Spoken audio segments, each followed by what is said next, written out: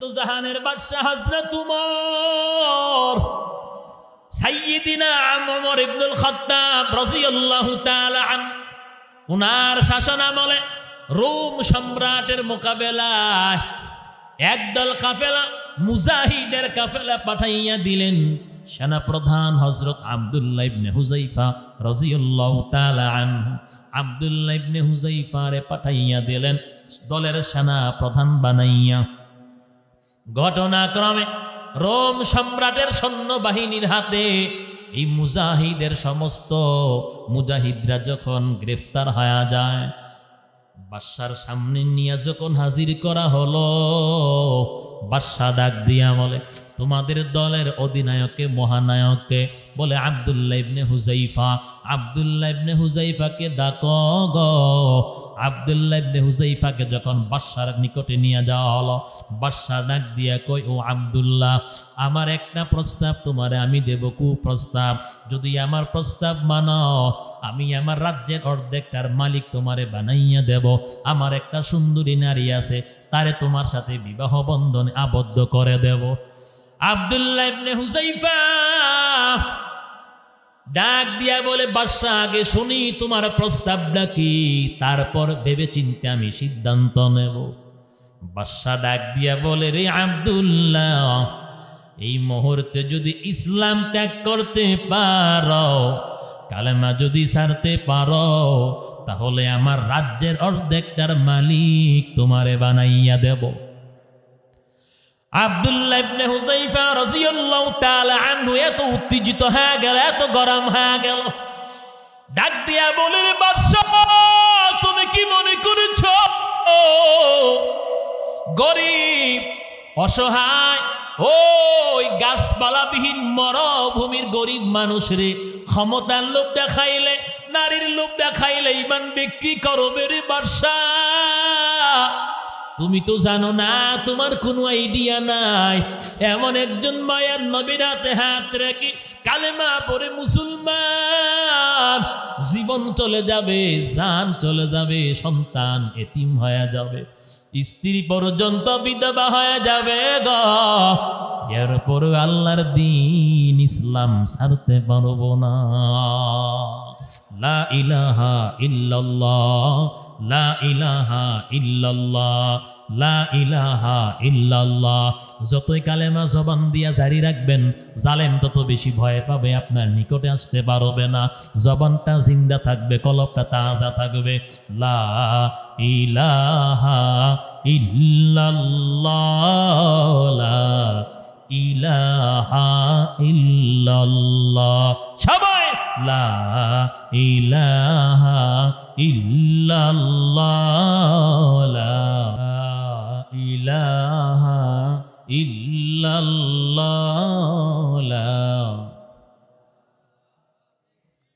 লা ইলাহা ইল্লাল্লাহ মুহাম্মাদুর রাসূলুল্লাহ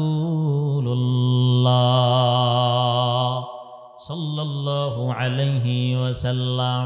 মুসলমানে বুয়াদ গরদান নিহাদান, আনানে খদ বদসতে খাজাদাবা, গর্ব সুরত আজমি ইনসাবুদে, আহমদ কো জাহলুহা মিকে সাবুদে। জালেমের সামনে সত্য কথা বলা আল জিহাদ। বলেন না কেন? জালেমের সামনে সত্য কথা বলার নাম কি? জিহাদ। জালেমের সামনে সত্য কথার বলার নাম কি? কথা বলেন না কেন? কি? নফসের বিরোধিতা করা জিহাদ। কথা কোন ঠিক না বেঠি? বেঈমানদের বিরুদ্ধে রাজপথে ঝাঁপাইয়া পড়ার নাম কি? তা'মুরুনা বিল মা'রুফ ওয়া তানহাউনা আনিল মুনকার। সমাজের মধ্যে যত অপরাধমূলক কাজকর্ম আছে, এগুলোর বিরোধিতা কি? বাধা দেওয়া কি জিহাদ? জিহাদ যারা করে তাদেরকে মুজাহিদ বলা হয়। মুজাহিদ যারা জীবন দিল তাদেরকে শহীদ বলা হয়।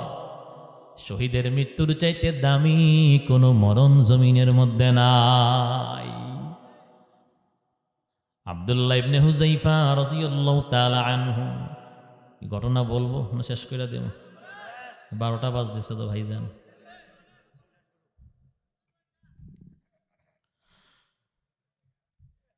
আব্দুল্লাহ ইবনে হুযাইফা রাদিয়াল্লাহু তাআলা আনহু ডাক দিয়া বলে, বাদশাহ, মনে করেছো আমরা গরিব, আমগরে টাকার লোভ সম্পদের লোভ দেখাইলাম গো ইমানটা বিক্রি কইরা দেব। তোমার যদি আমাকে মারার ইচ্ছা হয় তুমি আমারে মারতে পারো, আমার জান নিতে পারো, কিন্তু যেই নবীর হাতে হাত রেখে কালেমা পড়ে মুসলমান হইলাম সেই কালেমা ছাড়তে পারবো না। সুবহানাল্লাহ কইতেন না? লা ইলাহা ইল্লাল্লাহ, লা ইলাহা ইল্লাল্লাহ, লা ইলাহা ইল্লাল্লাহ। ইল্লাল্লাহ নিয়ে যদি মৃত্যুবরণ করতে পারেন, আল্লাহর কসম কবরে আলো কে দান করবে? কে দান করবে? লা ইলাহা ইল্লাল্লাহ কলবে যদি আল্লাহরে নিয়ে মৃত্যুবরণ করতে পারেন, বলেন তো মিজান যখন ওজন দেওয়া হবে মিজানের পাল্লাটাকে ভারী করে দিবে? আমল নামা যখন দেওয়া হবে বলেন তো আমল নামা ডান হাতে কে দিবে? বলেন তো জান্নাতের মালিকে বানাইয়া দিবে? লা ইলাহা ইল্লাল্লাহ। আব্দুল্লাহ ইবনে হুযাইফা রাদিয়াল্লাহু তাআলা আনহু ডাক দেয়া বলে, বাদশাহ, তোমার যদি আমারে মারতে হয় তুমি আমারে মারতে পারো, কিন্তু আল্লাহর দ্বীন ইসলাম ছাড়ব না। বাদশাহ উত্তেজিত হয়ে গেল, জল্লাদকে ডাক দিয়া বলল, জল্লাদ, এই মুহূর্তে আব্দুল্লাহ ইবনে হুযাইফার হাতের মধ্যে পায়ের মধ্যে রশি লাগাইয়া তারে ফাঁসির মঞ্চে নিয়ে যাও। 50 জন তীরন্দাজ তোমরা চতুর্দিক দিয়া তীর হাতের মধ্যে নিয়ে প্রস্তুত থাকো। আমার ওয়ার্ডার পাওয়া মাত্র আব্দুল্লাহ ইবনে হুযাইফার উপর তোমরা নিক্ষেপ করবা। বাদশার হুকুম মতো আব্দুল্লাহ ইবনে হুযাইফাকে নিয়ে যখন ফাঁসির মঞ্চে দাঁড় করানো হলো, জল্লাদ রেডি, চতুর্পাশে দুনিয়াদাররা প্রস্তুত হয়ে আছে, বেঈমানেরা প্রস্তুত হয়ে আছে। বাদশার হুকুম পাওয়া মাত্র আব্দুল্লাহ ইবনে হুযাইফার উপর তীর নিক্ষেপ করবে। বলেন নাউজুবিল্লাহ। এবার আব্দুল্লাহ ইবনে হুযাইফা রাদিয়াল্লাহু তাআলা আনহুকে ফাঁসির মঞ্চে নিয়ে যাওয়া হলো। মানুষের যখন মৃত্যু হয়ে যাবে, কোনো খুনের অথবা মার্ডারের আসামির যখন মৃত্যু হবে, কোর্টের মধ্যে যখন রায় হয় তার মৃত্যু হয়ে যাবে 1 সপ্তাহ পর। যখন এই আসামি জানতে পারে 1 সপ্তাহ পর আমার ফাঁসি হয়ে যাবে, বলেন তো তার চোখের মধ্যে ঘুম আসেনি? বলেন না তার পেটের ভিতরে খাবার যায়নি? কথা বলেন না, একটু জবাব দেন। আর চতুর্পাশে খোদাদ্রোহীরা, আল্লাহ এবং তার রাসূলের দুশ্মনেরা, জাহান্নামীরা লাল চক্ষু নিয়া অস্ত্র হাতের মধ্যে নিয়া দাঁড়াইয়া আছে। ও নবীর উম্মত, বাদশাহ তাকাইয়া দেখে যেই মানুষটার এই মুহূর্তে ফাঁসি দেওয়া হবে তার চেহারার মধ্যে মরণের কোনো ছাপ নাই, কোনো চিন্তা নাই। বাদশাহ তাকাইয়া দেখে আব্দুল্লাহ ইবনে হুযাইফার চেহারাটা লাল গোলাপের মতন হাসি দিয়ে আছে। বাদশাহ দূর থেকে তাকাইয়া দেখে আর মনে মনে চিন্তা করে, যেই যুবকটা মৃত্যুরে ভয় পায় না, তারে এমন মরণ দিয়া মারা যাবে না, এর চাইতে আরো কঠিন শাস্তি দিয়ে তারে মারতে হবে। বাদশাহ জল্লাদকে ডাক দিয়া বলে, জল্লাদ, ফাঁসির মঞ্চ থেকে আব্দুল্লাহ ইবনে হুযাইফারে নামাইয়া নিয়ে আসো, বড় একটা গর্ত করো, ওই গর্তের ভিতরে বেশি করে লাকড়ি দিয়ে আগুন ধরাও, বড় একটা পাতিলা বসাইয়া পানি ছেড়ে দাও। বাদশার অর্ডারে জল্লাদ পানির মধ্যে যখন এত বেশি বলক আসা আরম্ভ করলো, টকবক করতেছে, গরম পানিটা টকবক করতেছে। ও নবীর উম্মত, আব্দুল্লাহ ইবনে হুযাইফাকে বাদশাহ দুর্বল করার জন্য, নরম করার জন্য কয়েকজন সাথীর হাতের মধ্যে পায়ের মধ্যে রশি লাগাইয়া বাদশাহ ডাক দিয়া কই, রে আব্দুল্লাহ, তাকাইয়া দেখ, যদি আমার প্রস্তাবটা না মানিয়া নাও, তাহলে তোমার এক একজন সাথীর হাতের মধ্যে পায়ের মধ্যে শিকল লাগাইয়া রশি লাগাইয়া উত্তপ্ত গরম পানির মধ্যে ছেড়ে দেওয়া হবে। আব্দুল্লাহ ইবনে হুযায়ফা আরে কিছুতেই দুর্বল করতে পারে না, কারণ বেঈমান জালেমরা তো জানে না মুসলমানরা আল্লাহর জন্য মরে, বলে মরতে দেরি হয় আল্লাহর তৈরি জান্নাতে পৌঁছতে দেরি করে না। আই বেরাদার দূরে বাসা জিয়ারে বদ, ইয়ারে বদ বতর বুআদাজ মারিফ।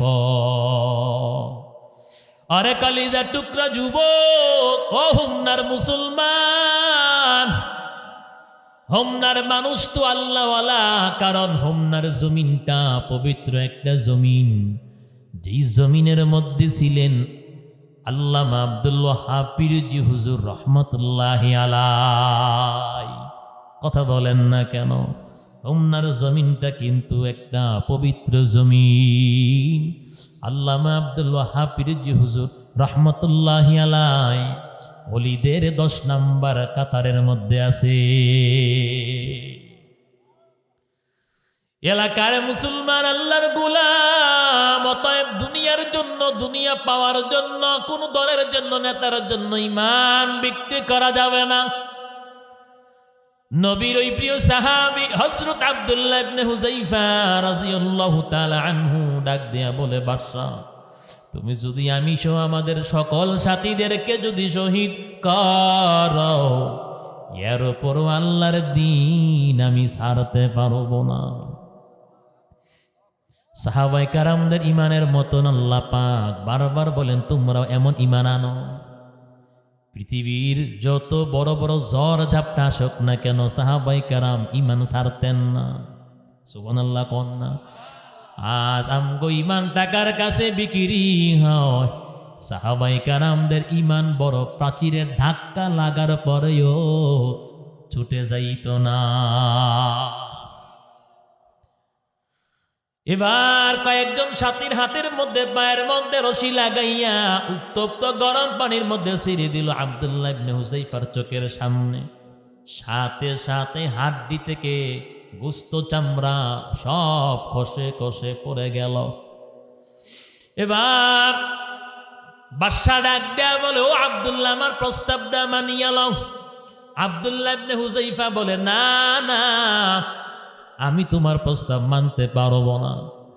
এবার জল্লাদকে অর্ডার করলো, জল্লাদ আর একটা সেকেন্ডও দেরি না, আব্দুল্লাহ ইবনে হুযায়ফার এই মুহূর্তে উত্তপ্ত গরম পানির মধ্যে নিক্ষেপ করো। যখন আব্দুল্লাহ ইবনে হুযায়ফার হাতের মধ্যে পায়ের মধ্যে রশি লাগাইয়া উত্তপ্ত গরম পানির পাতিলার কাছে যখন নিয়ে হাজির করা হলো, এবার আব্দুল্লাহ ইবনে হুযায়ফা চোখ থেকে পানি ছেড়ে কান্না করে। বাদশা দূর থেকে তাকাইয়া দেখে আব্দুল্লাহ ইবনে হুযায়ফা কান্না করে। আর বাদশা মনে মনে চিন্তা করে, এই শাস্তিরে মনে হয় আব্দুল্লাহ ভয় পাইছে, যাই আমি আমার কুপ্রস্তাব আব্দুল্লাহরে দিয়ে আসি।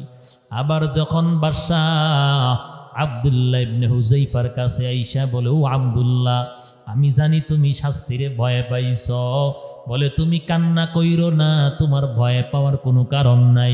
তুমি যদি আমার প্রস্তাবটা মানিয়া লও, আমার রাজ্যের অর্ধেকটার মালিক তোমারে বানাইয়া দেব। আব্দুল্লাহ ইবনে হুযায়ফা রাদিয়াল্লাহু তাআলা আনহু ডাক দিয়ে কয়, রে বাদশা, তুমি মনে করেছো আমি তোমার মরণে ভয় পাইয়া, তুমি মনে করেছো আমি তোমার এই শাস্তির ভয়ে কান্না করি না। বাদশা না, আল্লাহর কসম, আমি তোমার এই শাস্তির পরোয়া করে কান্দি না, আমি তোমার এই শাস্তির ভয়ে কান্না করি না। ও বাদশা, তুমি শোনো গো, আমি কেন কান্না করি। আল্লাহ তো আমারে মাত্র একটা জীবন দান করছেন, আল্লাহ যদি আমারে 100টা জীবন দান করতেন, আমি 100টা জীবন তোর মতন জালেমের উত্তপ্ত গরম পানির মধ্যে আমি দিয়া দেখাইয়া দিতাম।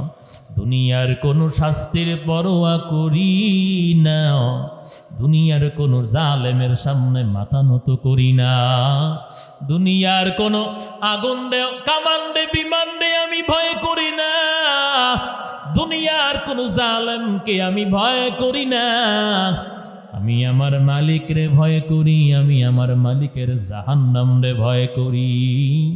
ও জালেম, আমি তোর শাস্তির ভয়ে কান্না করি না। আল্লাহ যদি আমারে 100টা জীবন দিত, ওই 100টা জীবন তোর গরম পানির মধ্যে দিয়ে আমি দেখাইয়া দিতাম আমি আল্লাহরে ভালোবাসি, আল্লাহরে ভয় করি, দুনিয়ার কোনো জালেমের শাস্তির পরোয়া করি না।